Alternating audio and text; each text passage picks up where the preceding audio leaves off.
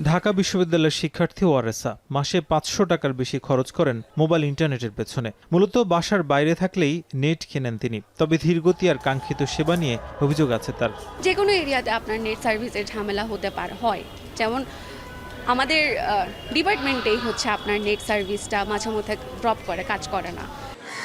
2G'র হাত ধরে দেশে মোবাইল ইন্টারনেট চালু হয় প্রায় 21 বছর আগে। 2012-তে 3G আর 2021 সালে চালু হয় 5G সেবা। কিন্তু এত বছরেও প্রায় 11.5 কোটি গ্রাহকের মুঠোফোনের ইন্টারনেট নিয়ে ভোগান্তির শেষ নেই।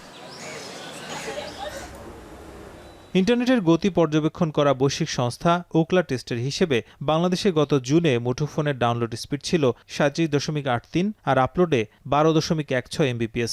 বিশ্বের মধ্যে বাংলাদেশ মোবাইল ইন্টারনেট স্পিড র্যাঙ্কিংয়ে 88তম।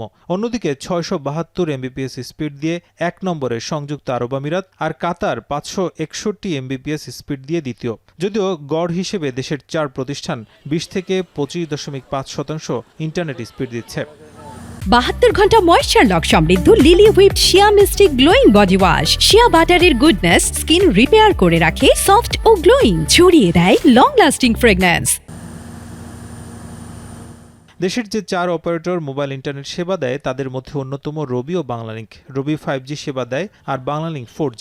রবি বলছে ঢাকার তুলনায় তারা সেবা প্রত্যন্ত অঞ্চলে দিতে পারেন না অবকাঠামোগত সীমাবদ্ধতার কারণে। এছাড়া অনিয়ন্ত্রিত নগরায়নকেও দায়ী করেন তিনি। সমস্যা নাই আমি সেটা অবশ্যই বলবো না, সমস্যা আছে।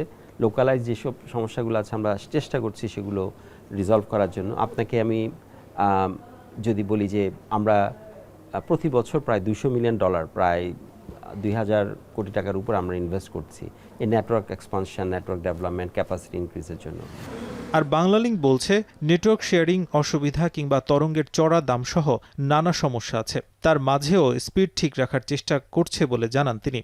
আমার ইনডোর কাভারেজ বা ঘরের ভিতরে কাভারেজে একটু সমস্যা হয়, কারণ আমাদের লো ব্যান্ড স্পেকট্রামটা একটু কম তুলনামূলক অন্যদের তুলনায়। তো সেই জন্য আমরা যখন লো ব্যান্ড স্পেকট্রামটা কম থাকে তখন ইনডোর পেনিট্রেশনটা একটু কমে যায়, যেটার জন্য আমরা দেখছি যে আমাদের কমপ্লেইন মাঝে মাঝে আসে। বিশ্বের অন্যান্য দেশের মতোই মোবাইল ইন্টারনেট গুরুত্ব দিতে হবে সরকারকে। তা না হলে ক্যাশলেস সোসাইটি গড়ে তোলা অনেকটাই কঠিন বলে মনে করেন খাত সংশ্লিষ্টরা। নাজমুস সাকিব, এখন, ঢাকা।